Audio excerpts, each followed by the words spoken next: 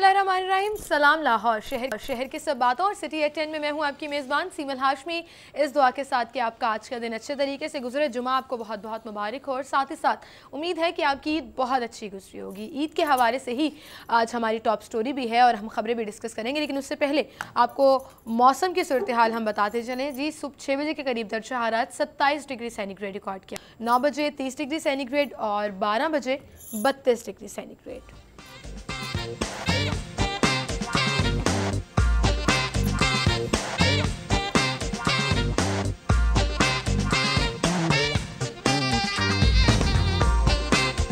के करीब दर्जा हरारत 36 डिग्री सेंटीग्रेड, 6 बजे 34 और 9 बजे 28 डिग्री सेंटीग्रेड।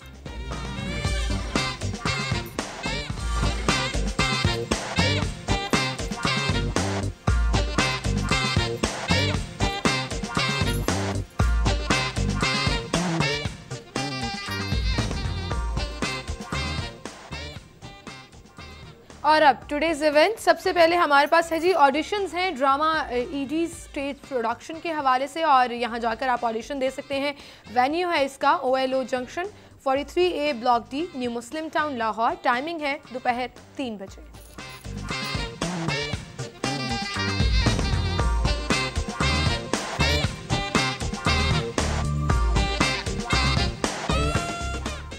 टॉप स्टोरीज की तरफ चलेंगे। डेली सिटी 42 की आज की हमारी लीड स्टोरी। गोश्त खाने में बेहतियाती की लाहौरियों ने और तकरीबन 2000 लाहौरी गैस्ट्रो के मर्ज में मुब्तला हो गए, अस्पताल पहुंच गए।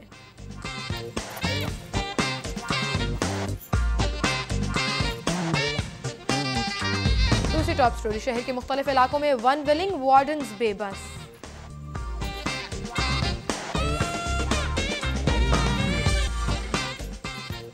तीसरी टॉप स्टोरी, बेहतरीन कारकर्दगी पर डॉक्टर्स और अमले को नकद इनामात दिए गए।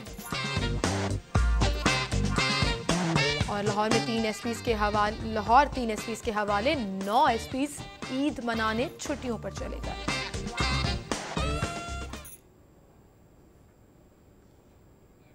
ये थी हमारी टॉप स्टोरीज, इनको हम डिस्कस करेंगे। स्टूडियो में हमारे साथ सिटी 42 के सीनियर रिपोर्टर्स दुर्रा नायाब और रजा खरल साहब मौजूद हैं। अस्सलाम वालेकुम आप दोनों को और खुशामदीद कहेंगे। रजा भाई, ईद कैसी गुजरी आपकी?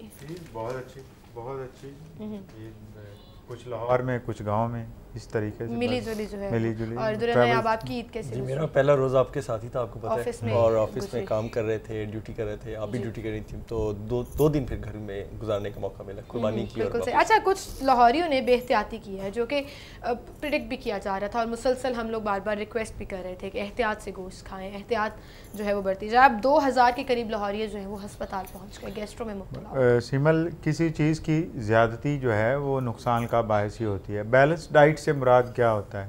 यानी मुतवाज़न ग़ज़ा, क्या आप उतनी चीज़ें वो उतनी क्वांटिटी में और उतनी तवातुर के साथ खा सकते हैं। अगर आप उसमें खलल डालते हैं या बेकायदगी करते हैं तो वो बेकायदगी कहीं ना कहीं नज़र आ जाती है। ईद की खुशियाँ ईद करनी है, एक कुर्बानी का एक कॉन्सेप्ट है, ठीक है, एक रवायत है कुर्बानी की जो हमारे मज़हब के हिसाब से चल रही है और उसको हमने फॉलो करना है। और उसका मतलब ये नहीं है कि पेट भरना है और इतनी कुर्बानी करनी, खा जानी है। उसका मतलब ये बिल्कुल नहीं है कि पेट भरना है और दूसरा फ्रीजर्स भरने हैं। बहुत से लोग जो है वो स्टोर खा जाना है कि फिर हॉस्पिटल्स में पड़े रहना है। आपने लाहौरियों को बड़ी रियायत दी है और आपने थोड़ी सी बेहतियाती नहीं, ये बहुत ज़्यादा बेहतियाती है। मैं देख रहा था कि पेशावर में मजमूई तौर पर 400 से 500 लोग जो हैं वो 3 दिनों में अस्पताल पहुंचे हैं। और हमने तो अल्लाह के फजल से लाहौरियों 2000 उनको भी काट गए। और मैं समझता हूँ कि ये सरकारी हॉस्पिटल्स का डाटा है। अगर इसमें प्राइवेट हॉस्पिटल्स और क्लिनिक्स ऐड करें तो वो नंबर बहुत ज्यादा मल्टीप्लाई कर सकता है, मल्टीप्लाई करेंगे। और गोश्तखोरी में हम ठीक है, लाहौरी ख्वाबों में बहुत आगे थे, लेकिन गोश्तखोरी में मेरा ख्याल है कि अगर पिछली ईदों का डाटा आप स्टैटिक्स निकालें तो ये ईद में सबसे ज़्यादा गोश्तखोरी उन्होंने किस पर कर दी होगी। और कुर्बानियाँ भी माशाल्लाह ठीक ठाक हुई हैं। लाहौर में 30 लाख के करीब खालें इकट्ठी हुई हैं अगर, तो इसका मतलब है कि 30 लाख कुर्बानियाँ तो हुई हैं और ठीक ठाक अल्लाह ने लाहौरियों को इस्तिताअत दी, उन्होंने अपनी कुर्बानी की। अगर आप 30 लाख कुर्बानी की बात करें, बड़े और छोटे जानवर मिला के, तो अगर 1 करोड़ आबादी है यहाँ की या 1.5 करोड़, तो एक बंदा यानी एक बकरा 3-4 लोग खा गए। ये तो बहुत बड़ी बात है यार। ये और अगर गाय अच्छा वैसे मैं भी लाहौरी हूँ, लेकिन ऑनेस्टली स्पीकिंग एक बात बताऊँ, इतना ज्यादा नहीं खाया जाता है। पता नहीं लोग कैसे इतना खा लेते हैं। स्टोरेज खाना, फिर ये शाम को हैंग आउट्स, फिर अच्छा एक नया तरीका भी बना लिया कि आप कीमा बनवा लेते हो और कबाब्स बनवा लिए, आपने बारबेक्यू कर लिया, तो उसकी वजह से भी पैदा कर जाता है। और फिर ये एक क्वांटिटी है ना, आपकी जो बैलेंस डाइट है उसमें एक क्वांटिटी है कि आपने उतना खाना है तो आपका ओवर ईटिंग नहीं होगा। लेकिन अगर आप वही खाना, वही ग़िज़ा 2 या 3 बार 4 बार खा लेते हैं, और अगर उसमें कुछ एक्सपोज रह जाती है या कंटेमिनेटेड पीसीज ऑफ फूड के साथ मिल जाती है, या कुछ और वाक़या हो जाता है, या उसको आप प्रिजर्व नहीं पूरी तरह कर पाते, पका नहीं पूरी तरह पाते, और कई फैक्टर्स हैं कि जो इसमें काउंट होते हैं, और फिर अल्टीमेटली वो जो गैस्ट्रोनोमिकल बीमारियां हैं, यानी मैदे की बीमारियां हैं, उनमें और ये उनमें इजाफा हुआ। तवाज़ो भी फिर आपकी हर जगह तवाज़ो भी आपकी गोश्त से हो रही है। आप जहाँ जा रहे हैं अपने रिश्तेदारों में, अजीज़ों कारे में गोश्त चल रहा है, शाम को दोस्तों में गोश्त है, बारबेक्यू है, खाने हैं, तो बहुत ज़्यादा बद एहतियाती हो जाती है। लेकिन ये मैं कह रहा हूँ कि ये बड़ा परेशान कुन फिगर है और बड़ा हैरान कुन फिगर है, क्योंकि हम पूरे लाहौर का समेत पूरे पाकिस्तान का डाटा भी मॉनिटर कर रहे थे और देख रहे थे कि कहाँ पे क्या हालात चल रहे हैं। शुक्र है कोई सीरियस ऐसी प्रॉब्लम नहीं हुई जो एक आपको बहुत ज़्यादा परेशानी का सबब बनती। 2000 लाहौरी एहतियात से खा पी कर घरों को लौट चुके होंगे इंशाल्लाह, मुझे पूरी उम्मीद है। तो अब ईद खत्म हो चुकी है, ठीक तरीके से जो है वो गुजर गया होगा। अच्छा दूसरी तरफ मैं ईद के दिनों में, चूँकि LWMC काफ़ी मुतहरिक था, तो उनकी कारकर्दगी पर भी मैं ज़रूर बात करना चाहूँगी। लाहौर को साफ़ सुथरा रखने में मुश्किलात पेश आई, शहरियों ने कैसा रिस्पॉन्स दिया? देखें जी, मैं आपको ये बताऊँ कि अगर आप 100% रिजल्ट निकालने पर बैठ जाए तो वो तो कभी नहीं होता, और सेटिस्फेक्शन अगर इंसान की हो जाए तो फिर ज़िंदगी का मकसद ख़त्म हो जाता है। बहुत हद तक इन्होंने पिछले साल की निस्बत अपने आप को इम्प्रूव किया है।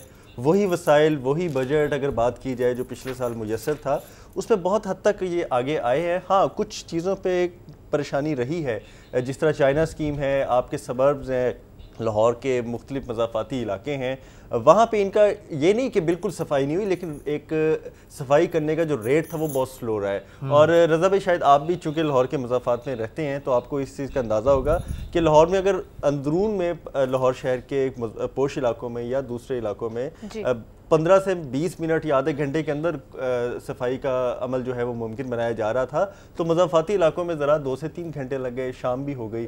तो इस चीज़ को देखा गया। और उसमें ये कि शहरियों का भी कुछ गैर जिम्मेदाराना रवैया रहा है। बिल्कुल। मतलब मैं अपनी लोकेलिटी की बात करूँ तो वहाँ पे जो आलाइशें हैं, बजाय इसके कि एक जगह इज्तिमाई बना लें, आप गलियों के अंदर लोगों ने किया हुआ डंप कर लें छोटी सी और जगह फिर ये कि कुर्बानी का मतलब है कि आपने सेक्रीफाइस करना है, आपने सिंबॉलिसाइज करना है, आपने शो ऑफ नहीं करना। अब ये मैंने देखा है कई जगहों पे कि शो ऑफ करने के चक्कर में गलियां जो है, ये गली की मेन जो अपने गेट्स के बाहर जो है बाहर कर दिया है। इनफैक्ट उसी शॉपिंग बैग में जो LWMC की तरफ से दिया गया बंद करके आपने गली के बाहर रखा हुआ है कि पता लगे जिस घर में कुर्बानी नहीं, गली के बाहर रखा है। और कई इलाकों में मैं यहाँ तक देखा है कि वो सारा जो स्लॉटर करने का अमल है वो सारा किया ही गली के अंदर है, और आधी गली ऑक्युपाई की, और फिर उसके बाद आप उसको धो नहीं रहे हो, वो ब्लड सारी जगह।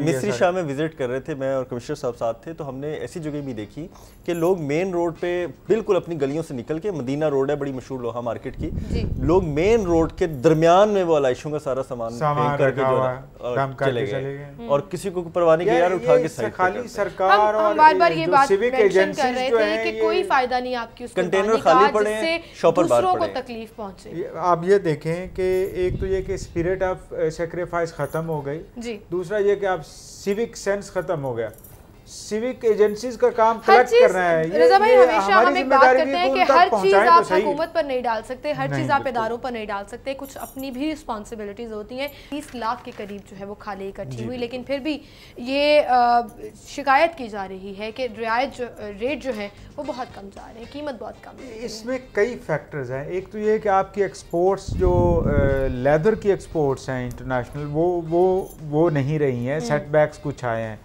कि मार्केट के अंदर जो चाइना का लेदर है, यानी जो मैन्युफैक्चर्ड लेदर है, मसनूई लेदर है, वो आया हुआ है और इंटरनेशनल मार्केट उसकी ग्रिप में है। आपकी हाइट जब बाहर नहीं जाएंगी, आपकी लेदर प्रोडक्ट्स नहीं जाएंगी, तो डेफिनेटली उसके असरात जो हैं आपकी मार्केट के ऊपर पड़ेंगे, कलेक्शन के ऊपर पड़ेंगे, रेट्स नहीं लगेंगे। अब यही हाइट जो पिछले साल काफ की या कौ की जो हाइट थी वो 4,000 रुपए तक चली गई थी टोकन में या रिटेल में, और जो बल्क में है वो 4,000 से ऊपर यहाँ पे पहुँची थी मार्केट के अंदर, चमड़ा मंडी के अंदर। अब इस साल ये 1500, 1400, 1300, 1000 रुपये तक ये है, और देहात से जो कलेक्ट होके आई हैं वो 1000 रुपये से नीचे आई हैं। और उसकी वजह ये है कि जिस चीज़ की डिमांड होगी उसका रेट होगा, जिस चीज़ की डिमांड कम होगी उसका रेट भी कम होगा। फिर ये कि जो कलेक्शन का तरीक़ाकार पहले था वो ये था कि ऑर्गेनाइजेशंस और NGOs, वेलफेयर ऑर्गेनाइजेशंस वगैरह वो मुतहर्रक होती थी और फिर एक सिलसिला बनता था उनके कलेक्शन। अर्बन एरियाज़ में, देही इलाकों में जो इमाम मस्जिद है गांव का, वो उसको तनख्वाह नहीं मिलती, उसको ये हाइट्स ही मिलती हैं, वो इकट्ठी करते और फिर वो ट्रेडर्स को देते थे और एक मैकेनिज्म था। अब देहात में भी ये चीज़ बंद हो गई, शहरों में भी तकरीबन ये चीज़ बंद हो गई, और उसकी वजह से भी एक क्योस पैदा हो गया और जो बायर है वो मार्केट में था ही नहीं। बिल्कुल सही। अच्छा, जो खालें इकट्ठी करने का एक तरीक़ाकार है, अब तो बहुत सी तंजीमें भी आ गई, बहुत से डिफरेंट NGOs और उसके साथ साथ बहुत से ऐसे रफ़ाई इदारे हैं जो इसकी डिमांड करते हैं, तो उस हवाले से भी काफ़ी बोर्ड लगे हुए थे कि मुल्क दुश्मन अनासर को खालें मत दें, क्योंकि ऐसी NGOs भी हैं जो रजिस्टर्ड नहीं है। सदका देने वाला या ये खैरात करने वाले या जिनके जानवर थे जिन्होंने सेक्रीफाइस किया, वो कंफ्यूज थे इस बार कि किसको दें और किधर जाएं। ये एक प्रॉब्लम ऐसा था जिसमें बायर जो है उसको भी प्रॉब्लम हो रहा था कि किससे लेंगे हम। हाँ, और इस हवाले से बड़ी कन्फ्यूजन रही, लेकिन इसमें देखा ये गया है कि लोग अब समझदार हो गए, थोड़ा सा समझते हैं चीज़ों को, हसास नौइयत के मामलात को भी समझते हैं, किसी का नाम लिए बगैर उनको पता है हमने कहाँ जाना है, क्या करना है, क्या नहीं करना, और किस तरह से इन तमाम अपने सदकात को सही तरीके से सही राह पे पहुँचाना है। तो इस हवाले से लोगों की अवेयरनेस में बहुत हद तक इस मसले को भी हल कर दिया था। बिल्कुल सही कहा आपने। कुछ मजीद खबरें भी हम डिस्कस करेंगे। नाज़रीन, यहाँ पर एक ब्रेक लेते हैं, ब्रेक के बाद दोबारा हाजिर होंगे।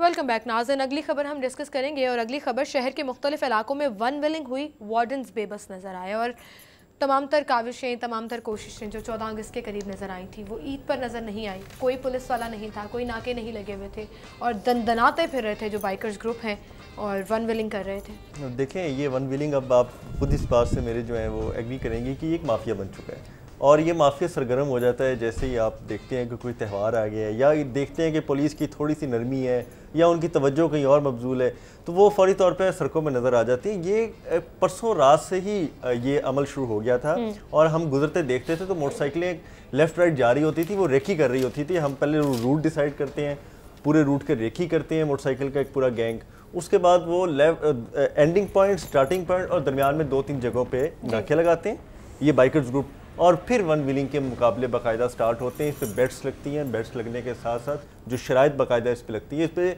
और ये भी कुछ रिपोर्ट्स आई हैं, इस पर बाकायदा जुआ खेला जाता है कि कौन जीतेगा, कितने पैसे होंगे। वो एक पॉट में पैसे डालते हैं, जितने बाइकर्स हिस्सा लेते हैं और आप यकीन जो करें जीता वो पॉट कदर खतरनाक खेल है ये रजा भाई के गाड़ियों के बीच से किस तरह वो वन व्हीलिंग करते हुए निकलते हैं, रिस्क में डालते हैं अपनी ही नहीं, इर्द गिर्द के लोगों के भी जो साथ चला रहे होते हैं गाड़ी, इवन के कार चलाता हुआ बंदा डरा होता है कि कहीं टकराना। मतलब आप फुटेज देखें कि किसी को कोई खौफ नहीं है उनको, और मुसलसल वो वन व्हीलिंग करते हैं। मंजर इत्तेफाक ऐसा है कि मेरे पास तो मोबाइल भी नहीं था और बाद दफ़ा ये भी होता है कि मोबाइल निकालते हुए डर लगता है कि वो छीन ना ले। ये गैंग है, माफिया। मॉल रोड पे बिल्कुल ये शुरू हुआ है रीगल चौक से और असेंबली हाल तक तकरीबन ये गए हैं। और कल ये जो बाइकर्स हैं ये शुरू हुए हैं कोई जेल रोड के अंडरपास क्रॉस करके और कैंपस पुल तक मुसलसल ये जो है वो वन व्हीलिंग। अब देखिए सिविल क्या मैसेज दे रहे हैं मुझे बताएं। और ये ऐसे लोग हैं कि इनके घर वालों को पता भी नहीं होगा कि उनके बच्चे जो हैं वो ईद मनाने कहाँ गए हैं, क्या कर रहे हैं, किस तरह से जा रहे हैं।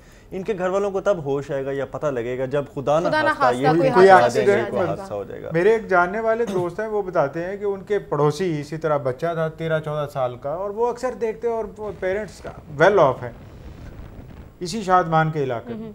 वो कहते हैं कि जी मैं देखता रहता था कि ये बाइक चला के बाहर चला जाता है बच्चा, मैं कहता ये बच्चा है, कुछ नहीं है, बच्चा है, खेल ले थोड़ी देर के लिए। एक दिन वो एक्सीडेंट हो गया जिसका खौफ था और उससे उसकी दोनों टांगें टूट गई उस बच्चे की। फिर अल्टीमेट वालिदैन फिर रोना शुरू हो गए, वो कहे आप जिम्मेदार हैं या टांगे आपकी टूटनी चाहिए थी। क्योंकि आपने कभी रोका नहीं, आप बॉदर नहीं करते हो कि बच्चे अगर बाइक लेकर जा रहे हैं तो वो कहाँ जा रहे हैं, किस कंपनी में बैठ रहे हैं, क्या एक्टिविटीज हैं उनकी, क्योंकि पेरेंट्स की ये प्राइम रिस्पांसिबिलिटी है कि अगर वो अंडर एज्ड है पहले तो आपको देनी नहीं चाहिए, वो इलीगल है बाइक चलाना भी। Without a licence if you drive a bike it's illegal. तो पहली इलीगैलिटी जब वालिदैन बच्चे को बाहर निकालते हैं तो गैर कानूनी और ला कानूनियत की तरफ उसको धकेल देते हैं। उसके बाद आगे ये बन गई है कि मैट्रिक में अगर बच्चे ने अच्छे नंबर लिए हैं तो आप प्रॉमिस कर देते हो कि आपको बाइक लेके देंगे, और मैट्रिक का बच्चा बालिग नहीं होता, जी बिल्कुल 18 साल से ऊपर नहीं होता, लेकिन ऐसे बहुत से 15-16 साल एवरेज 15-16 साल होती है। रजा ने कहा कि बहुत सारी माँ बाप की जिम्मेदारियां होती हैं। आपने उसको अंडर एज बाइक लेकर दी, आपने उसको विदाउट लाइसेंस सड़क पे छोड़ दिया, आपने हेलमेट तक नहीं लेकर दिया, आपने उसकी बाकी सेफ्टी यानी पहली बुनियाद है कानून शिकनी की। आपने बाइक लेके दी, कानून शिकनी की आपने बुनियाद रख दी।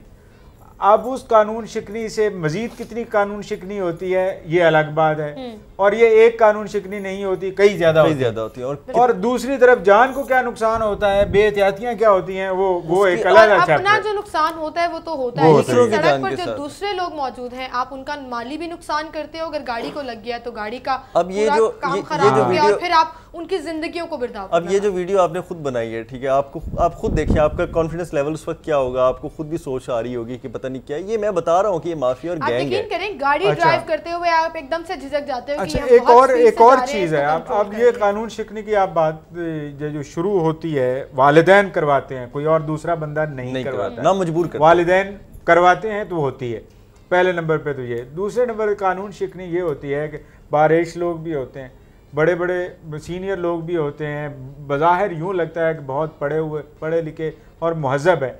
इशारा बंद हुआ है, सिग्नल पे खड़े हैं और सिग्नल अभी खुला नहीं है, उसे 3 मिनट उससे पहले जो क्रॉस कर चुके हैं, उधर देखने और सीधी गाड़ी निकाल लेंगे किसी तरीके से। आप ये बताएं कि क्या ये ट्रेंड जो है ये जब बड़े करते हैं क्या छोटे नहीं करेंगे? नहीं करेंगे, वो करेंगे, या उनके घरों में क्या सिखाया जाएगा। तहम्मुल और बुर्दबारी का बहुत ज्यादा हमें जो है ना वो किल्लत का सामना, लेन क्रॉस करना खत्म हो गया, जब बड़े करते हैं तो छोटे भी करेंगे। अच्छा, आप ट्रैफिक की सूरत हाल देख लें, यहाँ पर आपने चले आप सिविक रिस्पॉन्सिबिलिटीज़ की बात की, पेरेंट्स की रिस्पॉन्सिबिलिटीज़ की बात की, लेकिन मैं यहाँ पर वार्डन्स और ट्रैफिक पुलिस को भी ज़रूर तनकीद का निशाना बनाना चाहूँगी कि आप लेन और लाइन की पाबंदी नहीं करवा सके। आपने एक कैंपेन शुरू की थी कम उम्र ड्राइवर्स के लिए, उस टेन्योर में बहुत कंट्रोल रहा, उसके बाद आप शायद भूल गए।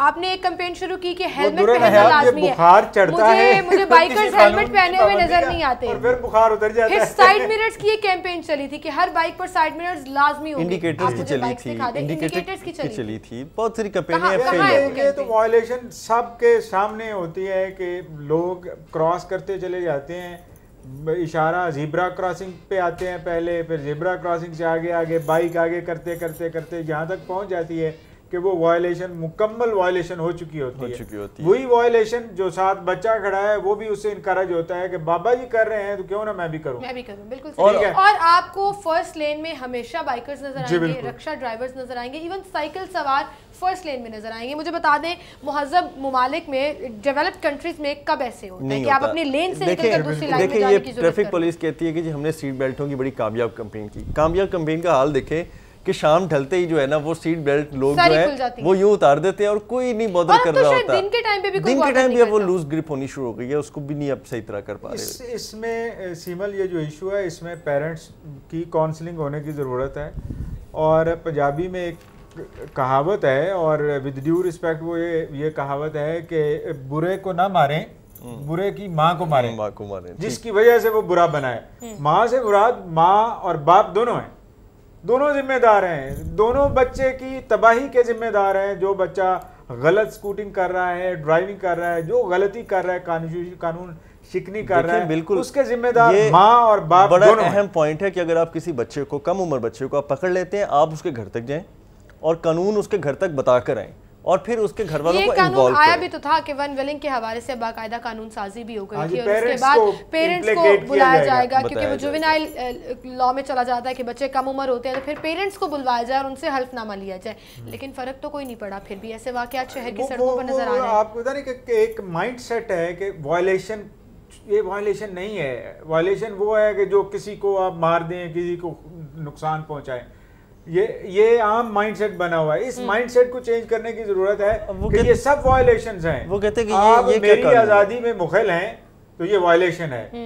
आप मेरी फ्री मूवमेंट के अंदर रोड़े अटका रहे हैं तो ये वायलेशन है।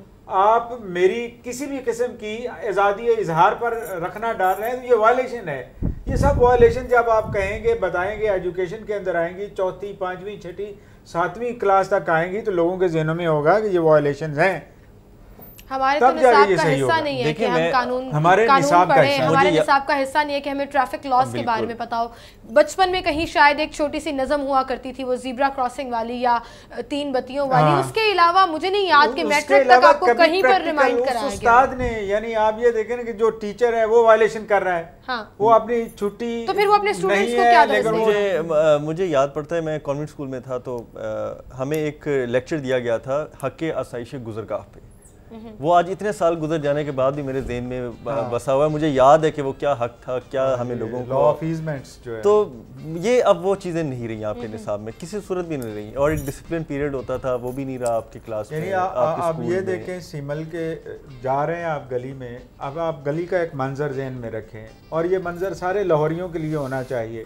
गली 20 फुट है, ऊपर से वो 15 रह गई है। आपने भी बालकनी बढ़ा रखी है, सामने वाले ने भी बढ़ा रखी है। 3री मंजिल पे जाते जाते वो 10 से 12 फुट रह गई है। तो आप कहेंगे सरकार गैर जिम्मेदार। आपको गैर जिम्मेदार तो हम भी बहुत ज्यादा है।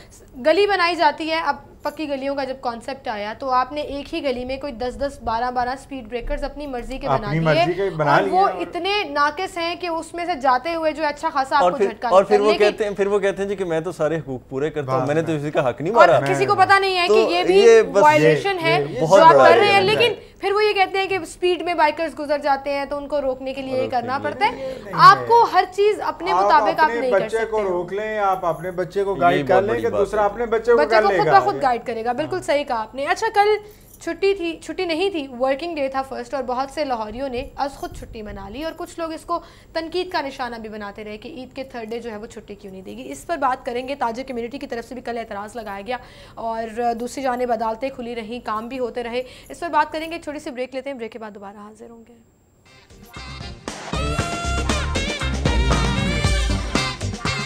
वेलकम बैक नाज़रीन। गुफ्तगू का सिलसिला हम आगे बढ़ाएंगे और आगे बढ़ेंगे। अगली खबर हमारी working day, 3rd working day, और बहुत से लोगों ने, लाहौरियों ने अस खुद छुट्टी मना ली। सरकारी दफातर, स्कूलों में हू का आलम, मार्केट्स बंद और लोग जो हैं वो नहीं निकले घरों से काम करने के लिए और तनकीद का निशाना भी बनाया। इस दौरे में बड़े बड़े नए काम हो रहे हैं और तनकीद का निशाना ठीक बनाया जा रहा है। आपका एक मजहबी फरीज़ा है और आपको पहले, दूसरे, तीसरे दिन कोई मतलब के दुनिया का कानून ईद मनाने से नहीं रोक सकता। आपको ईद की जो फजीलत है उससे फैज़ियब होने से कोई नहीं रोक सकता। आपको तीसरे दिन आप कुर्बानी कर सकते हैं और तीसरे दिन कहते हैं कि जब तक आप अंधेरा ना हो जाए उससे पहले पहले भी आप कुर्बानी जो है ना वापस जायज़ होती है।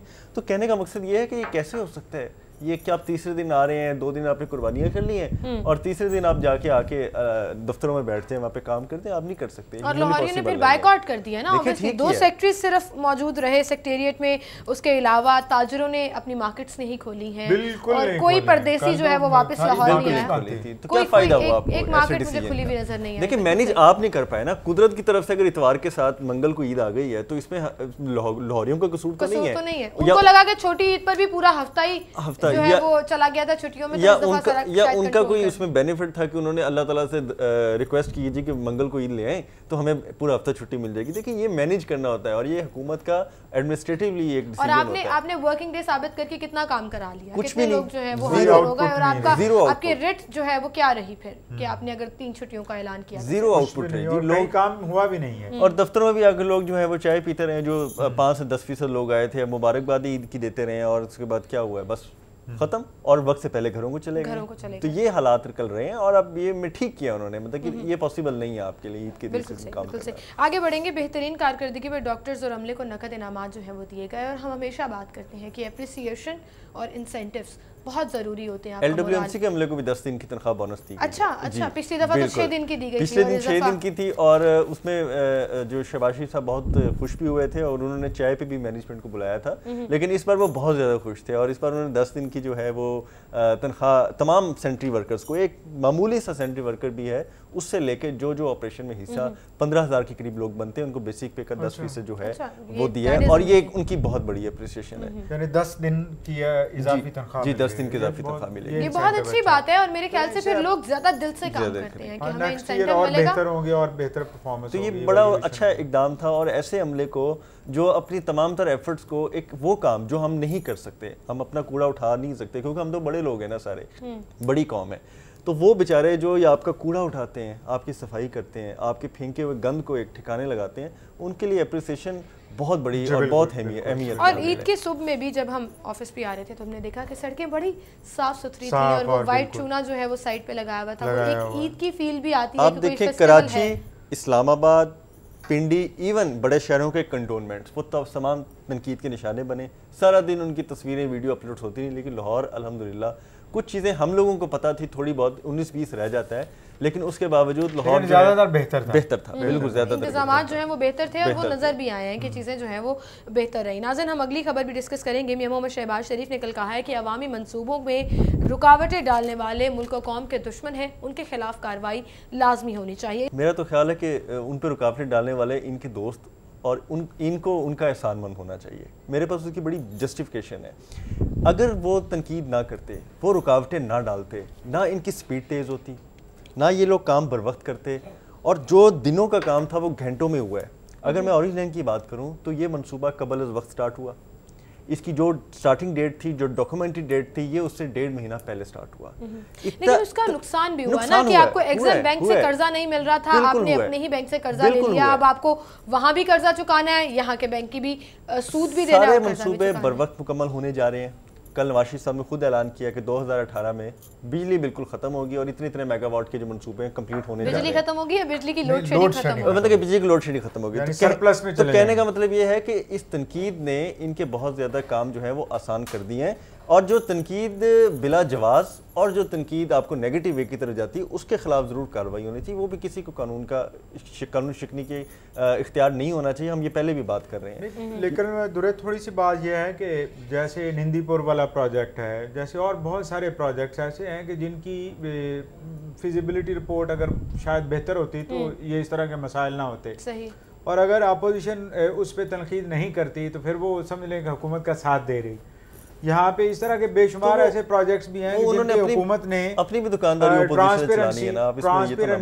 ट्रांसपेरेंसी शो नहीं की है। लेकिन एक चीज तनकीद करना एक अलग चीज, लेकिन हर मसले को आपने कोशिश की कि सड़कों पर हल किया जाए, वो भी कहीं की अकलमंदी नहीं। वो एक अलग सूरत हाल है। अब मसला कल उन्होंने ये भी कहा ना कि जमहूरियत के फैसले सड़कों पर नहीं होते, पार्लियामेंट आने की जरूरत है। अब मसला ये है कि पॉलिटिकल राइट्स हैं ये प्रोटेस्ट करने के, प्रोटेस्ट किस लिमिट में करना है ये एक अलग बात है, लेकिन ओवर स्टेपिंग गवर्नमेंट भी कर रही होती है, ऑपोजिशन भी कर रही होती है। गवर्नमेंट की ओवर स्टेपिंग मेरे ख्याल में ये है कि ये जितने भी मंसूबे शुरू हुए उनकी EIA नहीं हुई। अगर EIA हुई है तो वो उस तरह से इम्पैक्टफुल नहीं हुई, बाद में हुई है, बाद में हुई है, मंसूबा पहले शुरू हो गया जिस तरह से दुरे बता रहे हैं।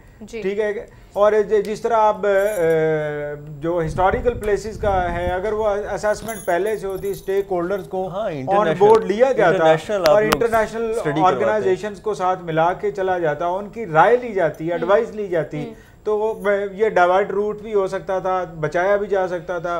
विरसा जो हमारा तारीखी बिल्डिंग्स है वो भी बच सकती थी, और ये जो डिले हुआ थोड़ा बहुत, ये डिले भी नहीं होना था, और ये जो जग हंसाई और सुबकी हुई ये भी नहीं होनी थी। ये तनकीद जो है इसको पॉजिटिवली इसलिए लेना चाहिए कि इससे बहुत सारे लेसन लर्न कर सकते हैं आप, कि अगर कोई तनकीद करे तो आप अपना काम जो है वो आप बेहतर रखें और बेहतर करें। लोगों को इश्तियाल दिलाना, तोड़ फोड़ की तरफ लेके जाना, इमलाक को नुकसान पहुंचाना, वो किसी कहीं भी। बहुत शुक्रिया रजा भाई दुरानाब, आप हमारे साथ मौजूद थे। और नाज़रीन, हम यहाँ पर एक ब्रेक लेंगे, ब्रेक के बाद आप हेडलाइंस जान सकेंगे और उसके बाद प्रोग्राम में दोबारा हाजिर होंगे।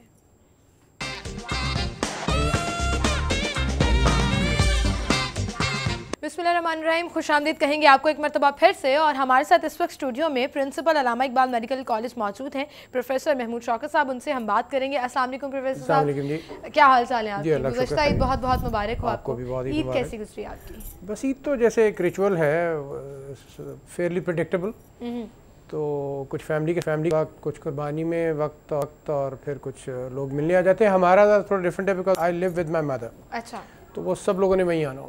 तो वी हैव फैमिली का सेंटर है, फैमिली का सेंटर है, तो इसलिए हमें को ज़्यादा घूमना फिरना नहीं होता। कुर्बानी खुद करते हैं वैसे आप? हाँ जी। नहीं मतलब खुद नहीं। अच्छा, नहीं ऐसा नहीं है, वैसे होता है डॉक्टर मजबूत दिल के होते हैं शायद, it's quite a laborious task, तो वो आपका पूरा दिन फिर गुजर जाए। लेकिन आप कर सकते हैं, मतलब कर सकता हूँ मैं, आई हैव डन इट। अच्छा, हाँ, अच्छा, पहले की है, लेकिन अब नहीं। अच्छा, ये ऐसा क्या होता है कि डॉक्टर्स जो हैं वो स्ट्रॉन्ग हार्टेड होते हैं और वो बड़े आम लोगों के निस्बत मजबूत दिल के होते हैं? अब दे कुडंट रियली प्रैक्टिस अगर ना हो, ट्रेनिंग का हिस्सा बन जाता है। Because it's not that we were born like that.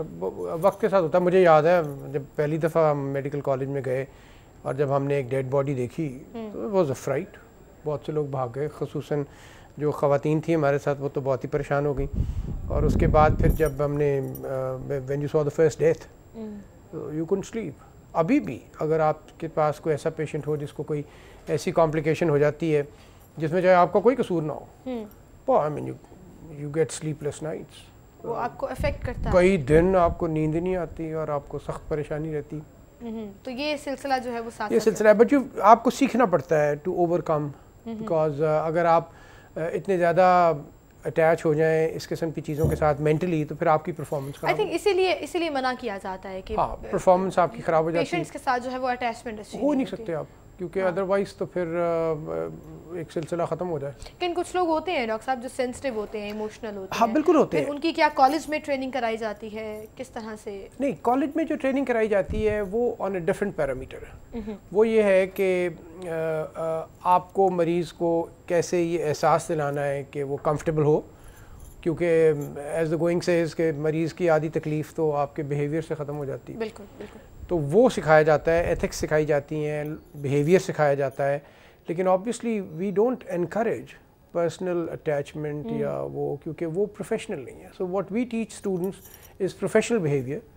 And जैसे इंसान वेरिएबल होते हैं और उनकी परफॉर्मेंस भी फ़र्क होगी, उनके ख़यालात भी फ़र्क होंगे, तो वो इंडिविजुअल वेरिएशंस होती हैं। सही। अच्छा डॉक्टर साहब, ये क्या हर साल थोड़ा थोड़ा सिखाया जाता है या कोई एक कोर्स होता है जो आपको बेडसाइड मैनर्स बताए जाते हैं? Yes, basically this is called a vertical programme. जब आप फर्स्ट ईयर में एंटर होते हैं तो अब तो उसी वक्त से मॉडर्न कॉन्सेप्ट्स ये हैं कि उसी वक्त से स्टूडेंट्स को मरीज़ों के साथ इंटरेक्ट करवा दिया जाए। पहले 2 साल जो होते थे उसमें हमारा मरीज़ों से कोई ताल्लुक़ नहीं होता था, लेकिन अब इंटरेक्शन उसी वक्त कहा जाता है कि शुरू कर दिया जाए। जी जी। और ताकि उनको एक एहसास ज़्यादा हो, दूसरी उनकी ट्रेनिंग लंबी हो। तो ये एक वर्टिकल प्रोग्राम है जिसमें कुछ कंपोनेंट्स ऐसे भी होते हैं जो ख़ास वक्त पे पढ़ाए जाते हैं, लेकिन बहुत सी ट्रेनिंग इसमें है जो कोई फॉर्मल पढ़ाई से नहीं होती, लेकिन लेक्चर्स का हिस्सा होते हैं जो आपको बार-बार बताए जाते हैं। इंटरेक्शन मेडिकल स्टूडेंट को सबसे बड़ी ये होती है कि एक इदारा पर्पस बिल्ट हो। तो Allama Iqbal medical college is a purpose built campus, पहली अट्रैक्शन। दूसरी अट्रैक्शन ये है कि एक बड़ा अस्पताल उसके साथ हो और बिजी अस्पताल हो। Jinnah hospital is a very busy hospital, क्योंकि मेडिकल प्रैक्टिस में आप तभी एक्सेल करेंगे जब आपका एक्सपोजर पेशेंट्स को बहुत ज़्यादा होगा और आप बहुत से मरीज़ों को देखेंगे, उनके साथ इंटरेक्ट करेंगे और अपनी स्किल्स को इम्प्रूव करेंगे। बाहर की दुनिया में जहाँ मरीज़ कम होते हैं वहाँ पे स्किल्स लैब्स बनाई जाती हैं, क्योंकि हर मेडिकल स्टूडेंट को मौका ही नहीं मिलता बहुत से काम करने का, तो उनको लैब्स में फिर करवाए जाते हैं। तो हमारे यहाँ ये एक बहुत बड़ा एडवांटेज है बड़े अस्पतालों में कि हमारे पास इतने पेशेंट्स होते हैं कि हमारे स्टूडेंट्स को ये मौका मिलता है कि वो उनसे इंटरेक्ट करें, अच्छी हिस्ट्री लेने की आदत डालें, एग्जामिनेशन की आदत डालें और फिर वार्ड पे डिस्कशंस होती हैं। सो ये मेजर अट्रैक्शन मेडिकल स्टूडेंट्स की है। बिल्कुल सही। और ये वक्त जितना मर्जी गुजरता जाए ये चेंजेस आप कभी भी तब्दील, ये परमानेंट है। बिल्कुल सही। दूसरी अट्रैक्शन ये है कि हम एक्स्ट्रा करिकुलर एक्टिविटीज़ पे भी काफ़ी जोर देते हैं। हम एक पूरा स्पोर्ट्स का वीक मनाते हैं, उसके अलावा कोई अनदर 4-5 डेज जिसमें हम बाकी सब एक्स्ट्रा, वी अबाउट 27 क्लब्स, जिसमें फ़ोटोग्राफी, जिसमें शॉर्ट फिल्म्स, जिसमें आर्ट, जिसमें अच्छा, हर चीज़ वो हम सब अच्छा, करवाते हैं। We encourage that. इसकी क्या रीज़न? इसकी रीज़न बहुत बड़ी सिंपल है कि जब तक लोगों की पर्सनैलिटी बैलेंस्ड और सही नहीं होगी तो चाहे वो डॉक्टर हों, चाहे वो वकील हों, चाहे वो कुछ हों, वो अच्छा डिलीवर कर नहीं सकते। So we work on personality development also. क्योंकि मेरा ज़ाती ख्याल ये है कि मैं सोशल साइंटिस्ट तो नहीं हूँ, लेकिन मेरा ज़ाती ख्याल है कि इस वक्त हमारे मुल्क के जो असल मसाइल हैं वो है ही सोशल साइंसेस में, कि हम ये देख ही नहीं रहे कि हमारे लोगों के बिहेवियर क्यों ख़राब है। ये डस्टबिन पड़ा है, लोग साथ पे गंद फेंक देते हैं, तो आखिर ये तो सोचने की बात है ना। साफ सुथरी सड़कें हैं लेकिन आप गंद फेंकते लेकिन हुए गंद जा रहे फेंक हो रहे हैं। और आप अब बॉदर मैं नहीं डिफेंस करते। में रहता हूँ तो मुझे बड़ा दुख होता है कि जब मैं जाता हूँ तो जो डिवाइडर्स हैं उन पे लोगों ने जो मैकडोनल्ड के खाली ढकने और बोतलें और डब्बे हैं फेंके होते हैं। तो आखिर उन लोगों को तो तालीम भी मिली, उन लोगों को तो सहूलतें भी मिली, उन्होंने ये सब कुछ देखा भी, लेकिन क्या वजह है कि हमारे बिहेवियर्स दुरुस्त नहीं होते। तो मेरा ज़ाती ओपिनियन है कि बिहेवियर्स तभी ठीक होंगे जब हम पर्सनैलिटी डेवलपमेंट पे काम करेंगे। सही। तो हम ये समझते हैं कि दिस एन अपॉर्चुनिटी जिसमें हम बच्चों की पर्सनैलिटी डेवलप, अब हम एक नया प्रोग्राम शुरू कर रहे हैं नैब के साथ मिलके, जिसमें हम लोगों को बताना चाह रहे हैं in the youth, the students, nurses, दूसरे, कि इस मुल्क में करप्शन बहुत ज़्यादा है। तो how do you really want to curb that, कि आप भी कल रिस्पॉन्सिबल पोजीशंस में होंगे। तो अगर हमने उनको इस चीज़ के बारे में डिस्कस ही नहीं किया, बात ही नहीं की, तो ये उम्मीद रखना कि शायद वो बड़ी स्ट्रॉन्ग पर्सनैलिटी के मालिक होंगे और वो ये सब कुछ टेम्पटेशंस को रेजिस्ट कर सकेंगे, ये शायद मुमकिन ना हो। सही। सो लिटरेचर पढ़ाना, आर्ट पढ़ाना, अलॉन्ग विद मेडिसिन, इस किस्म की डिस्कशंस करना, डिबेट्स करना, ये इस एफर्ट का हिस्सा है कि लोगों की पर्सनैलिटी डेवलपमेंट। सही। और पर्सनालिटी डेवलपमेंट बहुत ज़रूरी है। वो सिर्फ मेडिसिन में नहीं है, हर वो आप इंजीनियर बन रहे हैं, वो आप किसी भी फील्ड में जा रहे हैं, ये सारी चीज़ें जो है वो साथ साथ चलना बहुत ज़रूरी होती है और फिर वो आपके करियर का हिस्सा बन जाती है। पर्टिकुलरली वो फील्ड जहाँ पर आपकी पब्लिक इंटरेक्शन ज़्यादा बहुत ज़्यादा होती है, तो वहाँ पर बहुत जरूरी। तो ये चीज़ें मैटर करती हैं। अच्छा, फैसिलिटीज़ क्या क्या है? मतलब ये तो एक्स्ट्रा करिकुलर एक्टिविटीज़ की बात हो गई। अगर हम एकेडमिक वाइज देखें तो क्या facilities? Academically we have a 1500 bedded hospital, जिसमें हमने कुछ 6 शोबों का इजाफा किया है पिछले 4 साल में, जो कि यहाँ नहीं थे, जो ज़रूरी थे, होने चाहिए थे। सो अब practically barring a few super specialities हमारे पास तकरीबन तमाम फैसिलिटीज़ अवेलेबल हैं। एक बहुत बड़ा बर्न सेंटर पिछले साल मुकम्मल हुआ और इस साल उसने काम शुरू किया। उसके अलावा neuro surgery, cardiac surgery, paediatric surgery, orthopaedics, हर स्पेशलिटी, कार्डियक, वैस्कुलर सर्जरी का वाहिद यूनिट हमारे पास है। अच्छा। एंडोक्राइनोलॉजी, डायबिटीज़, जो अब कॉन्सेप्ट ये है कि जो हमारी मेजर हेल्थ इश्यूज़ हैं, आजकल हम उस पर काम कर रहे हैं हेल्थ डिपार्टमेंट के साथ मिलके, कि इनको हम टर्शी केयर अस्पतालों से बाहर निकालें, क्योंकि टर्शी केयर अस्पतालों में रश तभी कम होगा। अब अगर एक आदमी को अगर हाइपरटेंशन है, हाई ब्लड प्रेशर जिसको आप आम ज़बान में कहते हैं, या शुगर की बीमारी है, डायबिटीज़ जो कहलाती है, तो वो बेचारा क्यों जिना अस्पताल या मैं अस्पताल में धक्के खाए। उसके घर के करीब एक सेंटर होना चाहिए जहाँ पर वो तमाम वहाँ पर चेक कराए, अपना ट्रीटमेंट कराए, और वो सेंटर वाले डिसाइड करें कब इसको एक हायर स्पेशलिस्ट की ज़रूरत है, तब वो उसको अस्पताल भेज दें। सो आजकल इस पे काफ़ी काम हो रहा है कि कोई सिस्टम डेवलप किया जाए। अनफॉर्चुनेटली मेरे ख्याल से इससे पेशेंट लोड जब कम होगा तो चीज़ें बेहतर होंगी और परफॉर्मेंस जो है वो बहुत ज़्यादा बेहतर होगी डॉक्टर्स की। ये बड़ा मैटर करता है। लेकिन डॉक्टर साहब, अगर जिना हॉस्पिटल की बात करें तो इससे शिकायत बहुत है। बिल्कुल होंगी। और सेंटर में है, जिस जगह पे ये वाक़ है, इसकी एफिशिएंसी 100% नहीं तो कम से कम 90% तो होनी ही चाहिए। 100% तो कुछ भी नहीं होता है, लेकिन शिकायतें बहुत नहीं। शिकायतें मतलब असल बात ये है कि 2 चीज़ें होती हैं, एक होती है हकीकत और एक होती है परसेप्शन। अगर आपका ये स्टूडियो है, ये एक वक्त पे एक प्रोग्राम करने के लिए है, तो यहाँ अगर मैं 7 बंदे बिठा दूँ और 7 ही लोग इंटरव्यू कर रहे हों तो शिकायत तो होंगी ना। पाकिस्तान जब बना तो लाहौर की आबादी 3 लाख थी। अब आप अपनी याददाश्त पे जोर डालें, मेयो अस्पताल तब भी था, गंगाराम तब भी था, गुलाब देवी भी था, जानकी देवी भी था, लेडी एचएसएन भी था, लेडी वेलिंगटन भी था। अब लाहौर की आबादी 1 करोड़ 25 लाख है, तो क्या उतने ज़्यादा अस्पताल हम ऐड कर सके? 2 बड़े अस्पताल बने, एक जिना, एक सर्विसेज और एक वो लाहौर जनरल हॉस्पिटल। तो अब शिकायत तो होंगी। हमारे पास 12 लाख साल के मरीज़ आते हैं। अच्छा। 1 लाख मरीज़ हर महीने, 7.5 लाख इमरजेंसी में आते हैं, 12 लाख अस्पताल में आते हैं, 7.5 लाख इमरजेंसी में, 95,000 हम साल के ऑपरेशन करते हैं। तो फैसिलिटीज कम पड़ जाती हैं। हाँ, हमारे पास सहूलतें कम हैं और मरीज़ों का रश है। रोज़ाना 70 से 80 हज़ार लोग उस अस्पताल को विज़िट करते हैं। तो आप सोचें कि एक छोटी सी जगह हो जहाँ पर 10-20 लोग इकट्ठे हो जाएँ तो उनमें भी शिकायत होती। जहाँ 70-80 हज़ार लोग आएंगे और सहूलतें कम होंगी तो शिकायत तो होंगी। तो फिर इसका हल क्या है? ये तो साल हर साल से इशू चलता आ रहा है। ये परसेप्शन है। इर्द गिर्द के इलाके से, ना सिर्फ लाहौर के बल्कि मुज़ाफ़ाती इलाकों से भी लोग यहाँ आते हैं। मोटरवे पे कोई एक्सीडेंट हो जाए तो मुल्तान फौरन जो है वो जिन्ना अस्पताल का रुख किया जाता है। आपको याद होगा अभी रिसेंटली जब वो पॉइजनिंग का केस हुआ था मिठाई का मुल्तान में, तो सारे मरीज हमारे पास ही आए थे। सो मुल्तान वाले भी अगर लाहौर आ जाएंगे जिन्ना अस्पताल, उससे पहले जब ये हुआ आपका अल्लामा इकबाल टाउन में ब्लास्ट, सो हमने 330 मरीज़ों का इलाज किया। अब बात ये है कि हमें लाहौर में कम से कम 8-10 जिन्ना अस्पताल जैसे अस्पताल चाहिए, तब लोगों की शिकायत ख़त्म होंगी। सो शिकायत में परसेप्शन ये है कि उनका काम नहीं हो सका। अभी अभी मुझे एक फ़ोन आया है खातून का जी कि मेरा एक मरीज़ था तो उसको कुछ टाइम लग गया, तो डॉक्टर साहब तो बड़ी ज़्यादती है। तो जब मैंने पूछा तो उनका मरीज़ 2 घंटे में वेंटिलेटर पे भी शिफ्ट हो चुका था, उसका सारा इलाज भी हो चुका था, बट शी थॉट के 2 घंटे ज़्यादा है। अब वो 2 घंटे ज़्यादा एक परसेप्शन है, उसको हकीकत से मिलाने के लिए हमें बहुत सी इंटरवेंशन चाहिए। लेकिन डॉक्टर साहब फिर यहाँ पर क्या प्रायोरिटीज़ को भी सेट किया जाता है कि कौन अर्जेंट केसेस हैं और कौन से मरीज़ ऐसे हैं जो 2 घंटे वेट नहीं कर सकते, तो उनको प्रायोरिटी पे जो है वो ट्रायाज इसी का नाम है।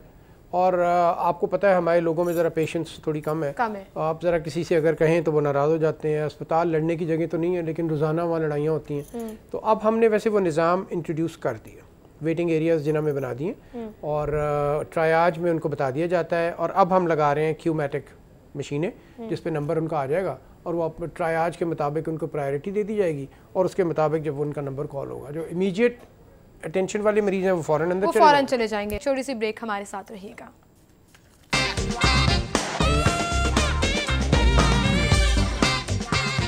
वेलकम बैक नाज़रीन, गुफ्तगू का सिलसिला हम आगे बढ़ाएंगे। जिन्ना हॉस्पिटल की हम बात कर रहे थे और उसके साथ साथ अल्लामा इकबाल मेडिकल कॉलेज की प्रिंसिपल साहब हमारे साथ मौजूद हैं।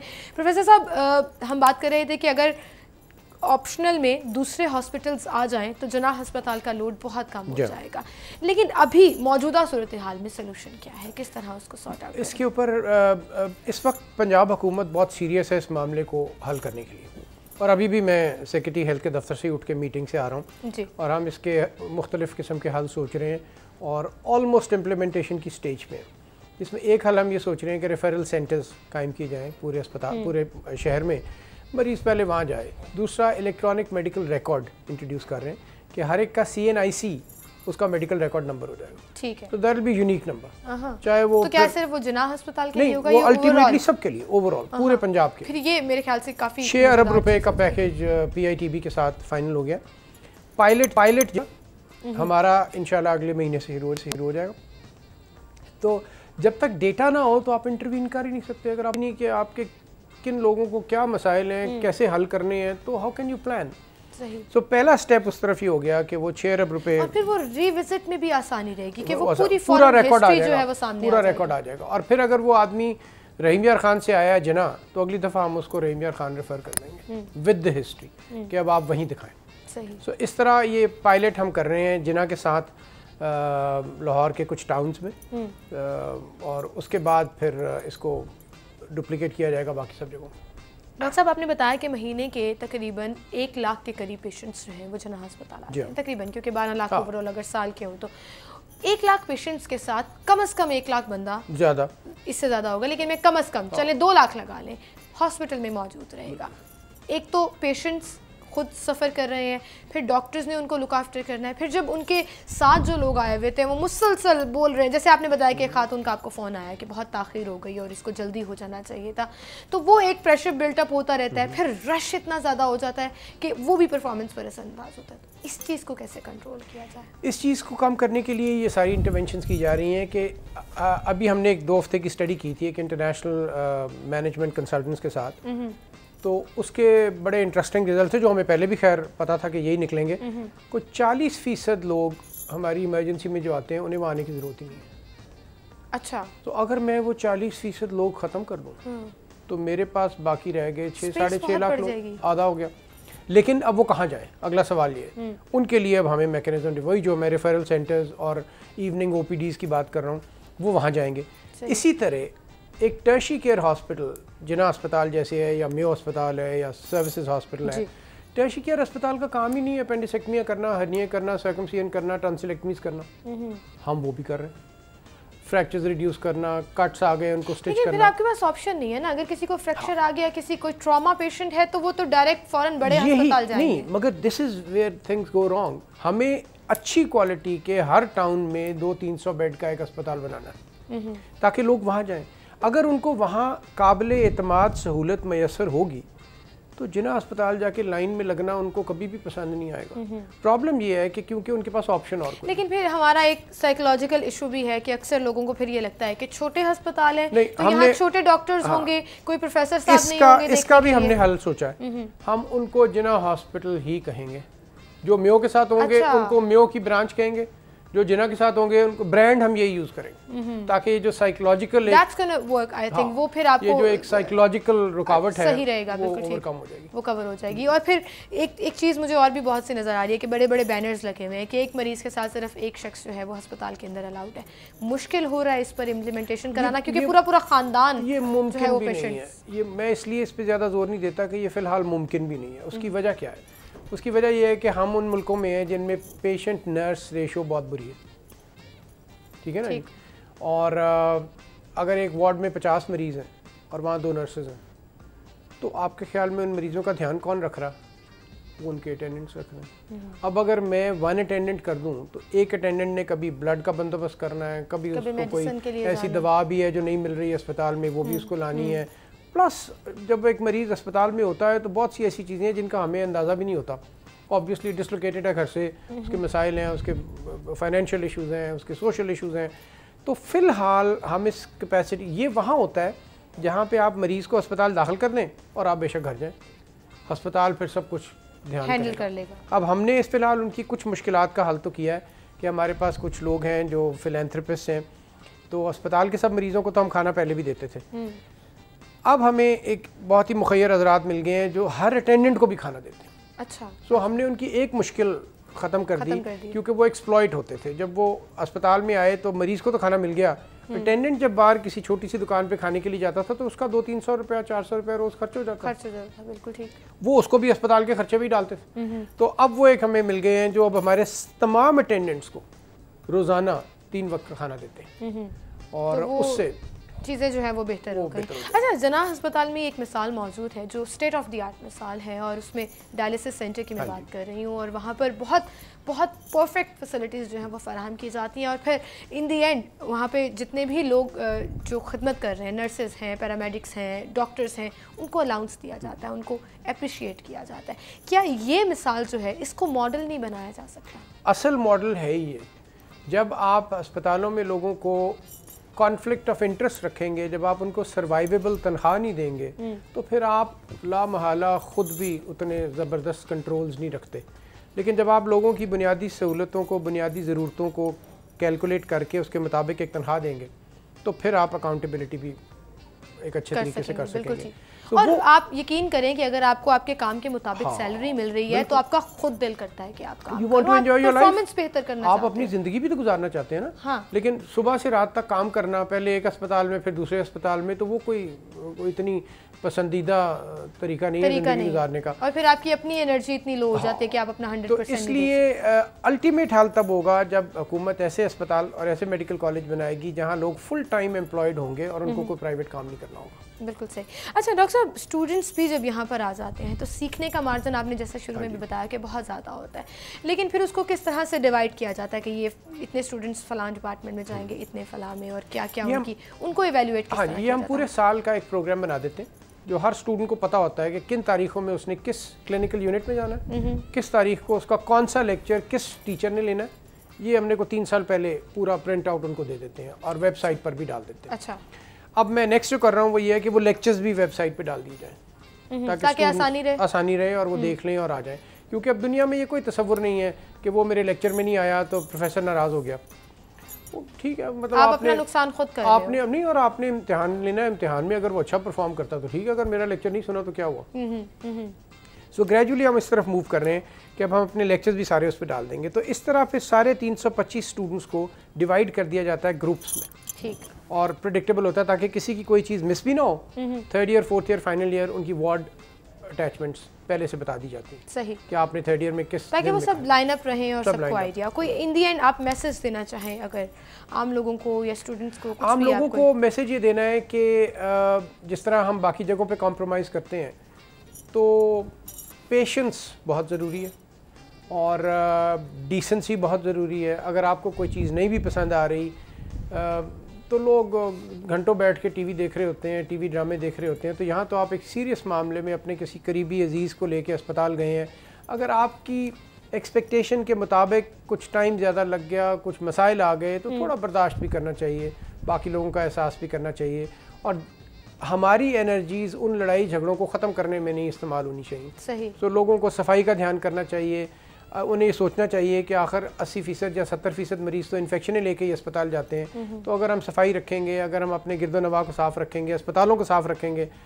कम से कम हमारी बीमारियों में कमी सिग्निफिकेंट आएगी। बिल्कुल सही, बिल्कुल सही। बड़ा अच्छा मैसेज दिया आपने कि हमें अपनी सिविक रिस्पॉन्सिबिलिटीज़ जो हैं उनको समझना होगा। हर चीज़ हुकूमत पर डालना या हर चीज़ इंतज़ामिया पर डालना ही सोल्यूशन नहीं होता। बहुत शुक्रिया प्रोफेसर साहब, आप तशरीफ़ लाए। Good luck for all the projects, क्योंकि आपने बहुत से प्रोजेक्ट्स हमें बताए जो अभी पाइपलाइन में है, पायलट भी शुरू होंगे और कुछ जो है उस पर गौर भी किया जा रहा है। आई होप जो भी हो आवाम की बेहतरी हो और चीज़ें जो है वो बेहतर। Thank you so much for coming. और नाज़न, हम यहाँ पर एक ब्रेक लेंगे, हमारे साथ ही रहिएगा।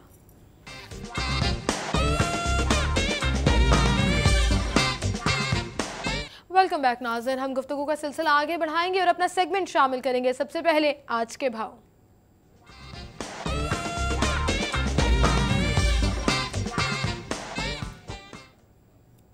जी, ईद की छुट्टियां हुई ख़त्म और अब वर्किंग डे शुरू हो गया है। बहुत गोश्त खा लिया आपने, अब सब्जियों और फलों की भी कुछ बात कर लेते हैं क्योंकि वो चीज़ें भी बहुत ज़रूरी हैं। तो रमल दिलदार हमारे साथ मौजूद हैं सब्जी मंडी से।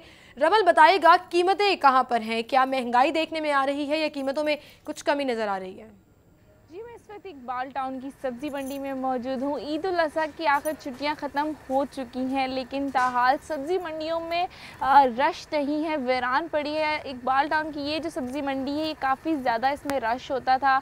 सुबह सवेरे लोग जो हैं सब्ज़ियाँ ख़रीदने आते थे, लेकिन मेरे ख्याल से लाहौरियों का अभी तक मूड है कि वो मज़े मज़े के पकवान ही खाएँ, इसलिए अभी तक इकबाल टाउन की सब्ज़ी मंडी में रश नहीं है। अगर हम आज की रेट लिस्ट के मुताबिक रेट्स की बात करें तो रेट्स कुछ इस तरह है कि आलू शुगर फ्री कम से कम 29, ज़्यादा से ज़्यादा 31, आलू स्टोर कम से कम 19, ज़्यादा से ज़्यादा 21। प्याज ईद उल अज़हा से कब जो है प्याज की कीमत में इजाफा कर दिया गया था, लेकिन ईद उल अज़हा ख़त्म होते ही प्याज की कीमतों में भी कमी की गई है। प्याज कम से कम 22, ज़्यादा से ज़्यादा 24, टमाटर कम से कम 45, ज़्यादा से ज़्यादा 47, लहसुन कम से कम 240, ज़्यादा से ज़्यादा 246, बैंगन कम से कम 20, ज़्यादा से ज़्यादा 22, करेले कम से कम 50, ज़्यादा से ज़्यादा 53, टींडे कम से कम 70, ज़्यादा से ज़्यादा 74, लीमू देसी कम से कम 140, ज़्यादा से ज़्यादा 146। लीमू की भी कीमत में कमी की गई है। ईद उल अज़हा से कबल लीमू 300 रुपये किलो फ़रोख्त किए जा रहे थे, लेकिन आज जो है उसकी कीमत में भी कमी की गई है। मेथी कम से कम 94, ज़्यादा से ज़्यादा 99, बंद गोभी कम से कम 50, ज़्यादा से ज़्यादा 53, अरवी कम से कम 50, ज़्यादा से ज़्यादा 55, भिंडी कम से कम 50, ज़्यादा से ज़्यादा 55। इसी तरीके से अगर हम चिकन की रेट की बात करें, चूँकि ईद उल अज़हा है अभी ही गुजरी है, तो चिकन के रेट्स में भी कमी है। चिकन का रेट जो है वो 141 रुपये किलो फ़रोख्त किया जा रहा है। अंडे जो है 100 रुपये दर्जन के हिसाब से मुतय्यन किए गए हैं, लेकिन सब्ज़ी मंडियों में अभी भी जो है सरकारी नरखनामे फ़ॉलो नहीं किए जा रहे। अपने मन माने कीमतों पे जो है सब्ज़ियाँ फ़रोख्त की जा रही हैं और फल फ़रोख्त किए जा रहे हैं। सब्ज़ी मंडी के दुकानदारों का कहना है कि बदामी बाग की जो सब्ज़ी मंडी है वहाँ से इन्हें सब्ज़ियाँ महंगी मिलती हैं, इसीलिए ये यहाँ पर 3-4 रुपये महंगी करके फ़रोख्त करते हैं, लेकिन सरकारी नरखनामों के मुताबिक भी कम से कम भी 10-20 रुपये कीमत बढ़ाकर सब्ज़ियाँ फ़रोख्त की जाती हैं। जी, बहुत शुक्रिया रमल दिलदार आपका। और नाज़रीन, गवर्नमेंट रेट के मुताबिक आपको बताएंगे ज़िंदा मुर्गी 97 रुपये किलो में मिलेगी और उसका बना हुआ गोश्त 141 रुपये में।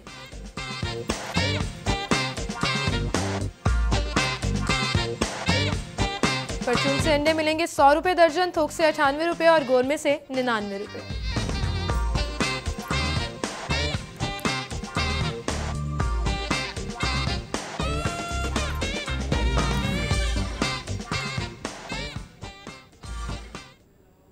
और अब गैर मुल्की करेंसी रेट्स आपको बताएंगे माल के हाल में।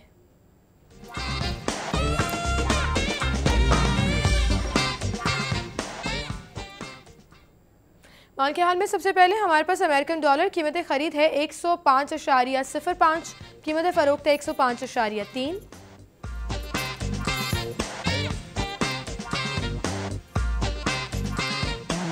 पाउंड स्टर्लिंग कीमत ख़रीद है 138, कीमत फ़रोख्त है 138.7।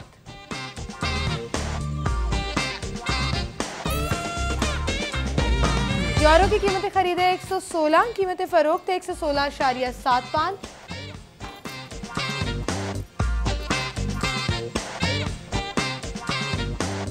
सऊदी रियाल कीमत ख़रीद 27.45, कीमत फ़रोख्त है 27.6।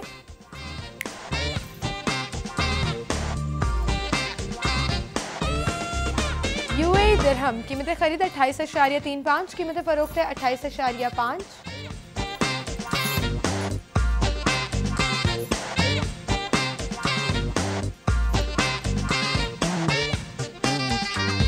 कुवैती दिनार कीमत ख़रीद 344, कीमत फ़रोख्त 346.5।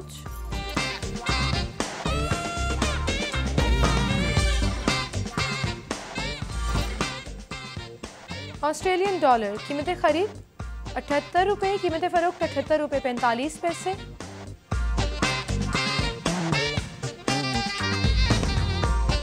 जापानीज़ येन कीमत ख़रीद 0.99, कीमत फ़रोख्त है 1.02। स्विस फ्रैंक कीमत ख़रीद 105.95, कीमत फ़रोख्त है 106.85। कैनेडियन डॉलर सबसे आखिर में कीमत ख़रीद 80.6, कीमत फ़रोख्त 81.15।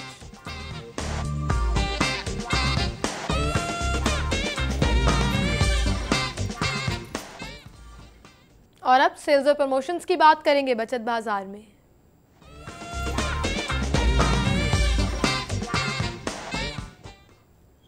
बचत बाजार में सबसे पहले बोनेंजा है ब्रांड, जिस पर 50% तक आपको ऑफ मिलेगा। जाएं, जाकर शॉपिंग करें। और आज तो मार्केट्स भी खुल गई होंगी और आप अपने आधे पैसे बचा सकते हैं।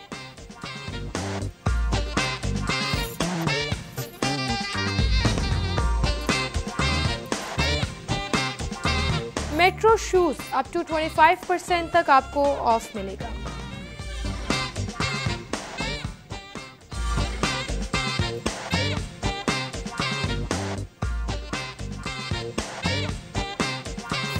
हाइपर स्टार अगर आप जा रहे हैं तो हाइपर स्टार में मेज़ान कनोला ऑयल है जी 5 लीटर्स वाली बॉटल, रिटेल प्राइस है 830, प्रमोशनल प्राइस 719। आप 111 रुपीज़ बचा सकते हैं।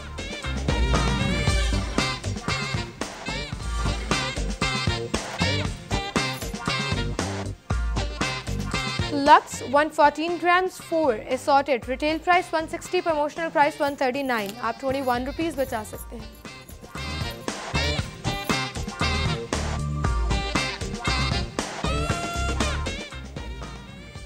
और अगर आपको मेरी वार्डरोब पसंद आ रही है तो आप सलीम फैब्रिक्स लिबर्टी मार्केट जा सकते हैं। वहाँ पर ह्यूज वैरायटी और कलेक्शन मौजूद है, डिफरेंट डिज़ाइनर वेयर भी और उनके अपने कपड़े भी। तो ज़रूर जाएं, पसंद आए तो ख़रीदिएगा। इसी के साथ इजाज़त दीजिए, इंशाल्लाह कल सेम टाइम पर फिर से मुलाकात होगी। अपना बहुत सा ख्याल रखिएगा। अल्लाह हाफ़िज़।